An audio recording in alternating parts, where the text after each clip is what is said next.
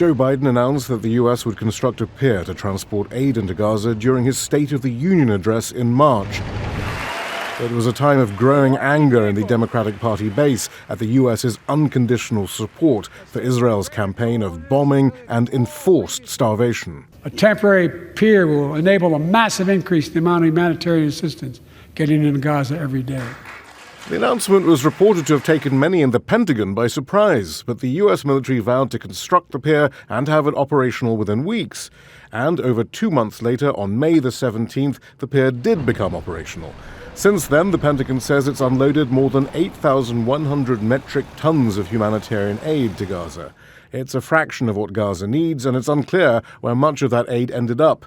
In late May, Pentagon spokesman Pat Ryder was asked if any of the aid had been delivered to the people of Gaza. This was his response. As of today, I do not believe so. In recent weeks, much of the aid was piling up in a staging area adjacent to the pier. Humanitarian groups were unwilling to transport the supplies out of concern for safety, and the U.S. has long insisted there would be no U.S. boots on the ground. But what's finally been the fatal blow for this project is that it appears the Pentagon was surprised by the Mediterranean's conditions in the summer, conditions that this type of pier is not designed to withstand. The pier had to be dismantled several times due to what the U.S. says were technical and weather-related issues, most recently several days ago. Now, due to high sea states expected this weekend, Central Command has removed the temporary pier from its anchored position in Gaza and will tow it back to Ashdod, Israel.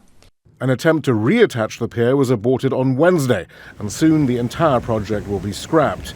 The $230 million pier was in operation for a total of 20 days. Since its construction, areas of Gaza have officially been declared as entering full-blown famine, and at the end of May, the UN said aid deliveries had dropped by some 2/3 due to Israeli military action. Throughout the conception, construction, and brief operation of the pier, the land routes that could supply the people of Gaza with what they need were available. But the U.S. didn't use its leverage to force Israel to open them for the safe delivery of aid. Shihab, Rattansi, Al Jazeera, Washington. Kenya's president's promising. Make sure to subscribe to our channel to get the latest news from Al Jazeera.